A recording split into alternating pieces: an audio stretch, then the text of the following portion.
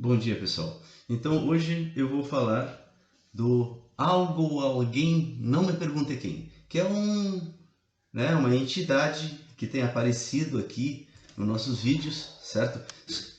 Só que para fazer isso, eu preciso me aprofundar em alguns assuntos. O problema da filosofia é isso, é que ela vai fundo, vai fundo, vai fundo, e sempre tem porão, e vai mais fundo, ela nunca chega, né? Quando ela chega lá na base, nos faltam as palavras, como diz o Hegel, porque a gente começa a sair da racionalidade, né? Mas eu vou me arriscar aqui fazer algum aprofundamento, porque ele é importante para a gente seguir adiante aqui. Então, esse algo, alguém, não me pergunte quem, nos ocorre. Será ele Deus? Será ele Deus? Aí cabe a pergunta, mas quem é Deus? Né? Existe Deus? Deus é o Deus de Jesus? É o Javé dos judeus, né? E dos muçulmanos? É Tupã dos índios?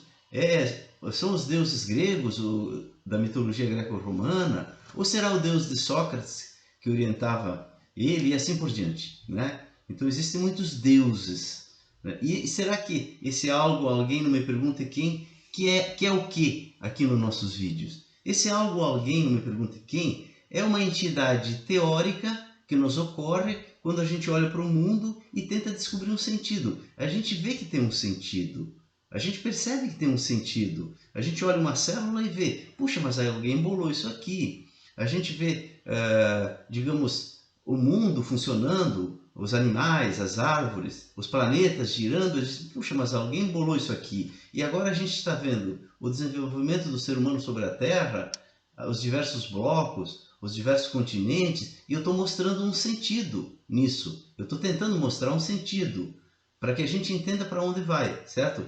Então a hipótese surge, mas alguém bolou isso. Quem? Algo, alguém, não me pergunte quem. Por quê? Porque eu não posso dizer que é Deus dos judeus, eu não posso dizer nada, né? Como filósofo, eu só estou... O algo, alguém, não me pergunte quem, é uma especulação. É uma especulação, é uma hipótese, digamos assim. É uma hipótese para ver até onde a gente vai. Porque ciência é isso. Ciência é tu faz uma hipótese e depois tu tenta prová-la, que significa o quê? Pôr à prova. Pôr à prova. Então, o Newton fez a lei de Newton que diz assim: força igual a massa vezes aceleração. Logo, aceleração é igual a força sobre a massa. Então eu pego uma massa, ponho uma força e vejo se a aceleração é aquela prevista. É aquela? Sim. Testo de novo com outra massa. É aquela? Sim. Provei, porque eu pus à prova, certo? Por isso que a gente já vai começar dizendo assim: será possível provar a existência de Deus? Como a filosofia passou séculos tentando provar simplesmente especulativamente a existência de Deus? Não, no sentido científico, não é possível meramente, especulativamente, tu provar a existência de Deus. Só seria possível provar a existência de Deus pondo Deus à prova, tocando nele, falando com ele, vendo ele. Será que isso é impossível? Bom, em princípio nada é possível, nada é impossível, né? Tudo é possível e tudo pode não existir. A filosofia não pode afirmar, até porque se nós, por exemplo, levarmos a sério o que Jesus disse, ele teria estado com o Pai. Então, né? Então é possível, teoricamente, se ele era um homem, é possível estar com o Pai. Então é possível provar pelo menos o Pai, seja ele quem for. A gente não concluiu nada por enquanto. Pai, o que orientava Jesus, o Pai seria o que? Javé, o Deus dos judeus. Nós estamos aqui, né? Como se nós estivéssemos num quarto e do outro lado a gente ouve ruídos de um casal brigando. A gente pode imaginar que o cara tá batendo na mulher, ou a mulher batendo nele, ou os dois se pegando, mas pode também ser a televisão ligada. Ou seja, a gente não sabe, certo? É a mesma coisa. A gente está aqui tentando na totalidade entender o que é esse algo, alguém, não me pergunte quem é Javé, etc, etc, certo? Bom, então eu ainda não fiz o aprofundamento que eu falei. O aprofundamento vem agora. Por quê? Eu vou começar olhando Javé, certo? pelo que ele mesmo falou, ou melhor, pelo que está na Bíblia, certo? E por que eu posso pegar a Bíblia e tentar interpretá-la nesse sentido que eu estou tentando fazer aqui? Porque, na minha concepção filosófica, toda obra de arte tem um conteúdo que carece de ser interpretado e que admite muitas interpretações e que às vezes em determinado momento da história se interpreta de um jeito e mais adiante a gente percebe outras coisas que não se enxergou lá dentro daquele texto. Mas o aprofundamento meu é para tentar explicar por que uma obra de arte tem um conteúdo. Eu já meio expliquei para vocês, mas eu gostaria de aprofundar aqui nesse capítulo sobre o algo, alguém, não me pergunte quem, porque nesses anos todos de especulação, né, praticamente toda a minha vida que eu penso sobre essas coisas, certo? Eu me dei conta que tem uma coisa recorrente em tudo, recorrente, que é o quê? Uma certa construção de 3 e 4, 3 e 4, né? É como se fosse assim, 3 pés nesse mundo e o quarto pé está no outro mundo. E é esse pé que está no outro mundo que gera os 3 pés desse mundo, que é como o outro mundo vem para esse mundo. Tudo, digamos assim. Vou dar, então, tudo nesse mundo é 3, por exemplo. Vou dar exemplos, né? O próprio maneira como a gente enxerga o mundo é em 3 dimensões de espaço, certo? Mas tem uma dimensão do tempo, que ela não é desse mundo. O espaço é desse mundo, a gente vê o espaço, mas o tempo a gente não vê, o tempo a gente sente dentro da gente. E é o tempo que gera o espaço, porque se o tempo para, a física moderna demonstrou que o seu tempo para, o mundo se desfaz. Então é o tempo que gera, e quando ele vem, ele gera o espaço, né? Por isso que Heidegger disse, sem toda essa compreensão que eu tenho sobre o problema, ele disse intuitivamente, ser é tempo, porque realmente ser é tempo, nós somos tempo, nós viemos do tempo para o espaço, né? Nós somos o ser humano, é o ser aí, segundo Heidegger, porque ele é o ser que se dá conta da sua existência. É aí que surge a existência, por essa consciência que o ser aí, que é o ser humano, tem, certo? E daí surgiu depois o existencialismo em Sartre, que leu Heidegger, falava muito bem de Heidegger, etc, etc. Muito bem. Mas esses caras são muito complicados. Eu simplifico mais a questão. Porque o mundo vem do tempo, e o tempo é do outro mundo e vem para o mundo e forma o mundo em 3 dimensões. Vamos ver outros exemplos. Por exemplo, o mundo feudal, ele tinha 3, digamos assim, aglomerados ideológicos, que era o quê? Os servos, os senhores feudais e o Estado medieval, os reis. Esses 3 aglomerados ideológicos disputavam entre si, mas os 3 afirmavam o mundo medieval, ou seja, formavam o mundo medieval. Mas tinha um quarto aglomerado ainda, que era a igreja. Ela era do outro mundo, pretensamente do outro mundo. E ela se dizia do outro mundo, mas ela era ela que ungia os poderes desse mundo, que eram o rei, os servos e os senhores feudais, ou seja, ela dava o amém sobre essa construção e justificava esses três partes do mundo medieval, né? Quando a igreja se retirou do mundo e o Estado se tornou laico, o que aconteceu? Acabou o feudalismo. Surgiu uma outra construção de 3, que são né, a burguesia, vou usar os termos de Marx, a burguesia, o proletariado e o Estado moderno. O Estado moderno, que segundo Marx era um mero birô da burguesia, mas não é. O Estado moderno não é mero birô da burguesia. Ele é sim um poder autônomo em relação à burguesia e em relação ao proletariado. E esses 3 poderes, eles são ungidos por quem? Por um quarto poder. Quem é o quarto poder? É a mídia. É a mídia, pessoal. Aí vocês vão dizer, e a mídia é do outro mundo? Se vocês repararem bem e pensarem, vocês vão ver que ela tem alguma coisa do outro mundo. Nós temos uma relação com ela de amor e ódio. E parece que o jornalista, ele está ungido de um poder, né, que hoje que é, em certo sentido, das pessoas, mas elas têm uma espécie de semelhante aos padres na Idade Média. Então, sim, a mídia é um poder do outro mundo que unge os poderes do mundo. E então, logicamente, quando a mídia, veja que no tempo do feudalismo tinha uma mentira, que a igreja dizia que era do outro mundo, mas não era. Ela estava imiscuída nos poderes do mundo. E a mídia igualmente tem uma mentira. Ela diz que nos representa a todos. E daí que vem o poder dela, essa verdadeira sacralidade que envolve a mídia. Mas na medida em que a mídia está sendo tirada dessa sacralidade, na medida em que ela vai se retirar, né, e ela vai, digamos assim, realmente representar o interesse das pessoas, o mundo moderno vai se desfazer, e é o que está acontecendo hoje. Ele está se desfazendo para o surgimento de uma nova ordem. Bom, então eu dei aqui alguns exemplos do 3 mais 1 e o 4. E eu vou dar agora o exemplo que interessa.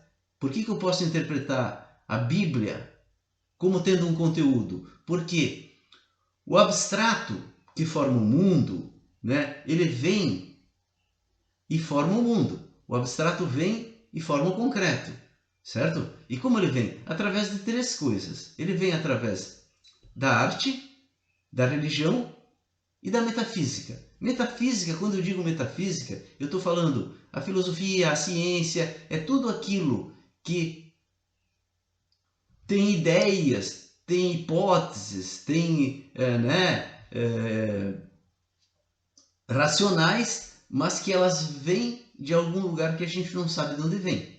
Porque quando um cientista, por exemplo, ele tem um enigma para resolver, imagina assim, Einstein, né? Com aquele problema que não batia, daqui a pouco, pá, ele teve uma intuição que funcionaria de uma determinada maneira. Mas para fazer isso, ele tem que ter um mundo duplo, ele tem que imaginar que o mundo tem uma explicação fora do mundo, por isso que é metafísico.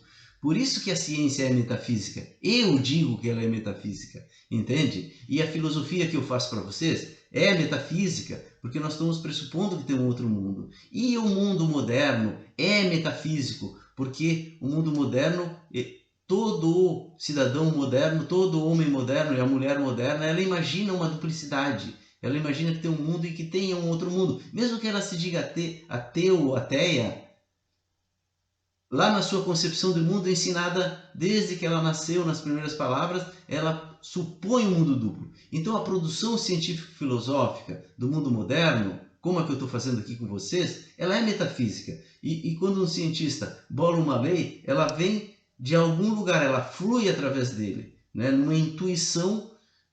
E a mesma coisa é a arte. A mesma coisa é a arte. Imagina assim, né?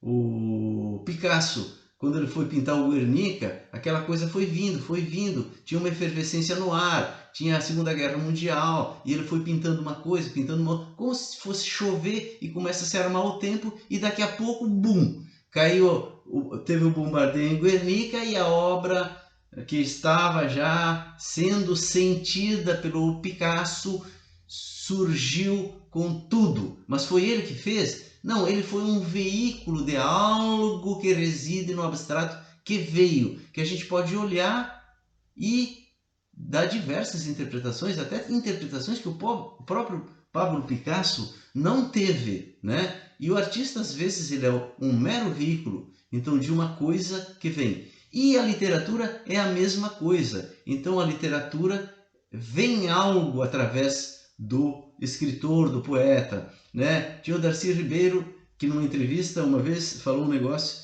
que é até engraçado, porque ele era engraçado, mas que ao mesmo tempo é a respeito disso. Ele diz assim: olha, eu sou sociólogo, né, e antropólogo, né, e sou também cientista, ou melhor, eu sou antropólogo, sou cientista, e eu também sou escritor. Então, né? E são atividades diferentes. Como antropólogo, eu sou cientista. Eu fico só simplesmente analisando dados. E como escritor, não. A obra me comanda. A obra me comanda. De tal maneira que eu estou escrevendo um romance, eu fico curioso para saber como vai acabar. Ele disse, né? Mas é verdade. É engraçado, mas é verdade. Bom, dito tudo isso, agora nós vamos entrar na interpretação do Gênesis para tentar entender quem é Javé. E a partir daí, tentar entender algo, alguém não me pergunte quem, né? Tentar entender na medida do possível, né? Para isso, pessoal, eu vou então ler as partes que interessam do Gênesis, se vocês me permitirem, tá? E porque aqui eu vou dar uma nova interpretação a essa passagem do Gênesis, que pretensamente veio do abstrato para o concreto, e o escritor ou os escritores do Gênesis jogaram no mundo para a nossa interpretação, certo? Aí diz assim, no Gênesis 2 diz assim: Javé Deus plantou um jardim em Éden no Oriente, e aí colocou o homem que havia modelado. E ordenou Javé Deus ao homem, dizendo: De toda árvore do jardim comerás livremente, mas da árvore do conhecimento do bem e do mal, dela não comerás, porque no dia em que dela comeres, certamente morrerás. Pula, pula, pula. Ora, a serpente era o mais astuto de todos os animais que Deus tinha feito. E essa disse a mulher: É assim que Deus disse: Não comereis de toda árvore do jardim? E disse a mulher à serpente: Do fruto das árvores do jardim comeremos, mas do fruto da árvore que está no meio do jardim, disse Deus: Não comereis dele, nem dele tocareis, para que não morras. Então a serpente disse à mulher: Certamente não morrereis, porque Deus sabe que no dia em que dele comerdes, se abrirão os vossos olhos, e sereis como Deus, sabendo o bem e o mal. E viu a mulher que aquela árvore era boa para comer e agradável aos olhos, e comeu e deu ao seu marido. Estou resumindo aqui. Então foram abertos os olhos de ambos, e conheceram que estavam nus, e coseram folhas de figueira, e fizeram para si aventais.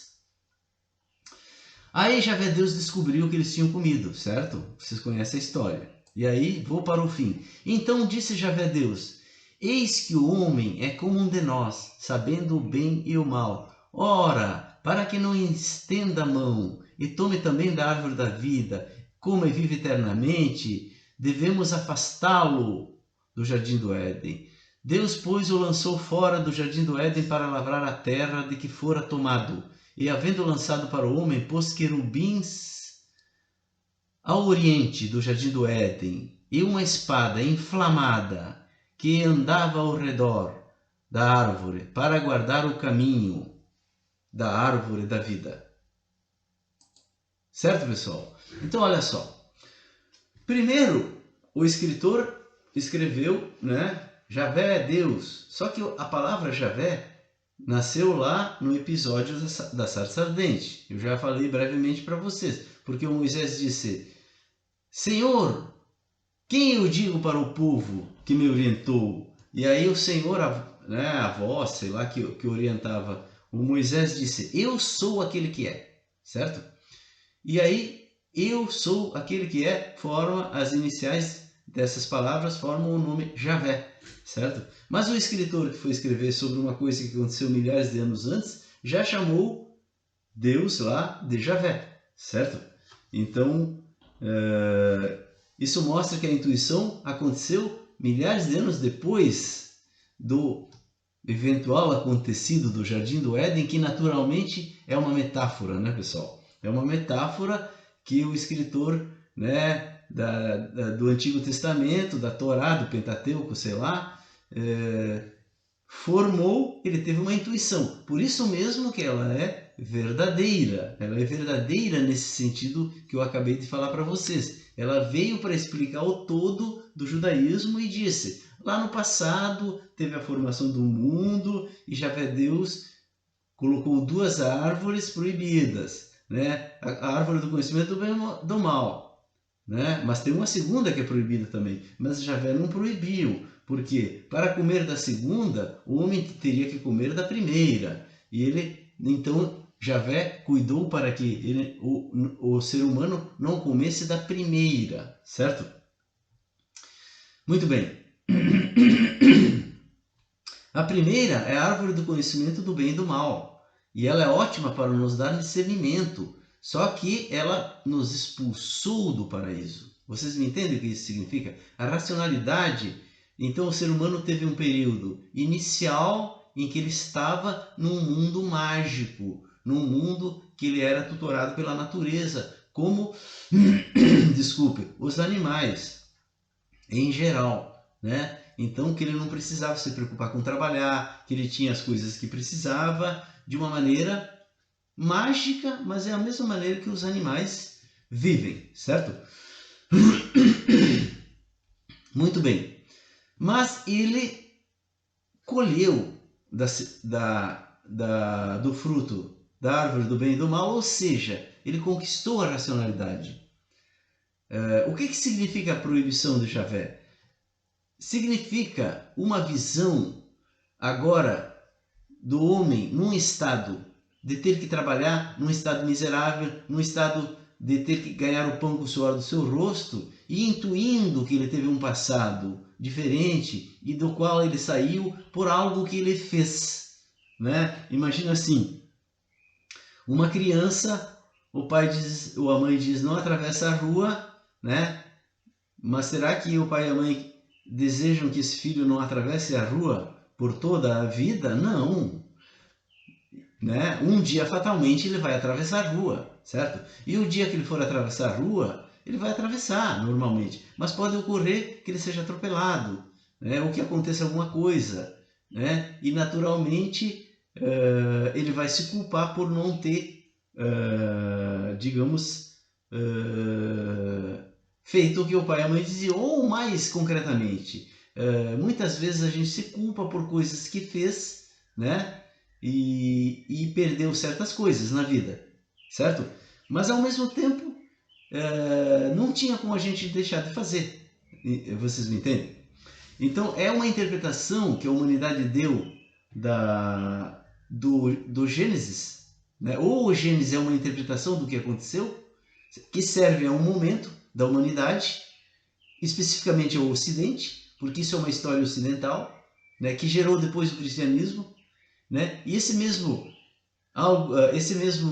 eu sou aquele que é, ele também orientou, então, Parmênides, porque ele disse, o ser é ou não ser não é, e vamos lá só com o ser. E depois eles se juntaram na Idade Média, certo? Então é uma coisa ocidental. Esse Javé é uma coisa ocidental, certo? Digamos assim, na primeira aproximação, ele é um deus do Ocidente, ou ele é um mecanismo de formação do Ocidente, que orientou Moisés, orientou Parmênides, orientou Sócrates, orientou Jesus, orientou e nos formou. E vindo lá desde o mundo antigo, ele nos formou, certo?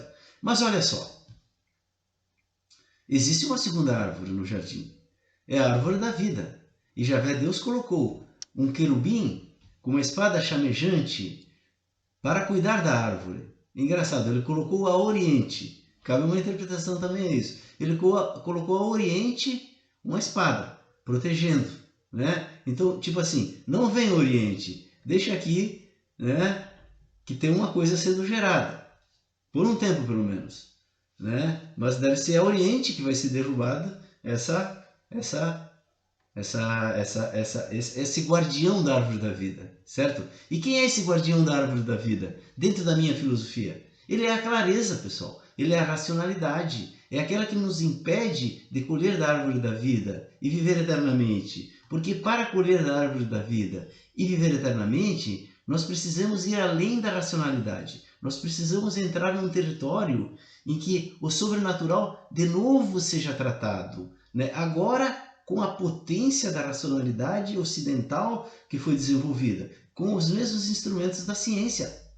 Vocês me entendem? Que faça uma ciência, uma coisa intersubjetiva, uma coisa que não seja só de quem tem certos atributos, um mago, ou só de quem tem a mediunidade, ou que trate dessas coisas do inconsciente, que não deixa de ser o abstrato que está obstaculizado, ou o não ser que está obstaculizado, mas que trate sem mistificação, que seja uma coisa do conhecimento geral, da mesma maneira que, por exemplo, a Terra era plana para a maioria das pessoas. Mas será que todas as pessoas pararam para pensar que a Terra era esférica? Não, alguns se deram conta que ela era esférica e com base nessa percepção, nessa crença da esfericidade da Terra,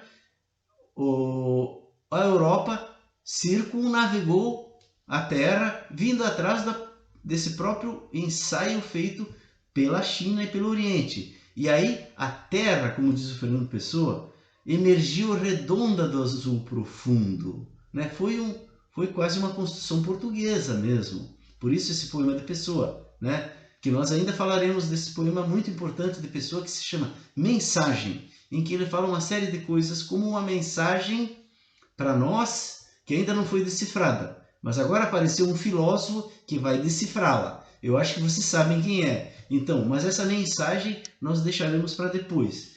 Nessa mensagem, Fernando Pessoa diz: e a terra emergiu redonda do azul profundo, como um ato português, né? E ela se tornou esférica para todos, não só para aqueles que fizeram essa viagem. E da mesma maneira, esse mundo que vai romper com a racionalidade e que vai agregar o sobrenatural vai ser fruto da ação de alguns, né? Mas que vai iluminar o mundo de outra forma, com outra profundidade, além da mera racionalidade, sem perder a racionalidade, indo além da racionalidade e usando a própria racionalidade para trabalhar esse mundo mais vasto. Bom, é isso, mas faltou falar de quem é o algo, alguém não me pergunte quem. Então, veja, o próprio Javé diz assim, no Gênesis, ele diz assim: o homem colheu da árvore do conhecimento do bem e do mal e se tornou igual a nós. Precisamos evitar que ele também colha da árvore da vida, viva eternamente e aí se torne efetivamente igual a nós, deuses. Então, parece que ele não estava sozinho, parece que existiam outros deuses. Então, veja, é possível que Javé seja meramente algo. Dentro desse algo, alguém, não me pergunte quem, um Deus para uma tarefa específica, dentro de muitos deuses para tarefas específicas, mas acima de todos eles existem esse algo ou alguém, não me pergunte quem, que é uma divindade inventada aqui nesses vídeos. Um abraço a todos.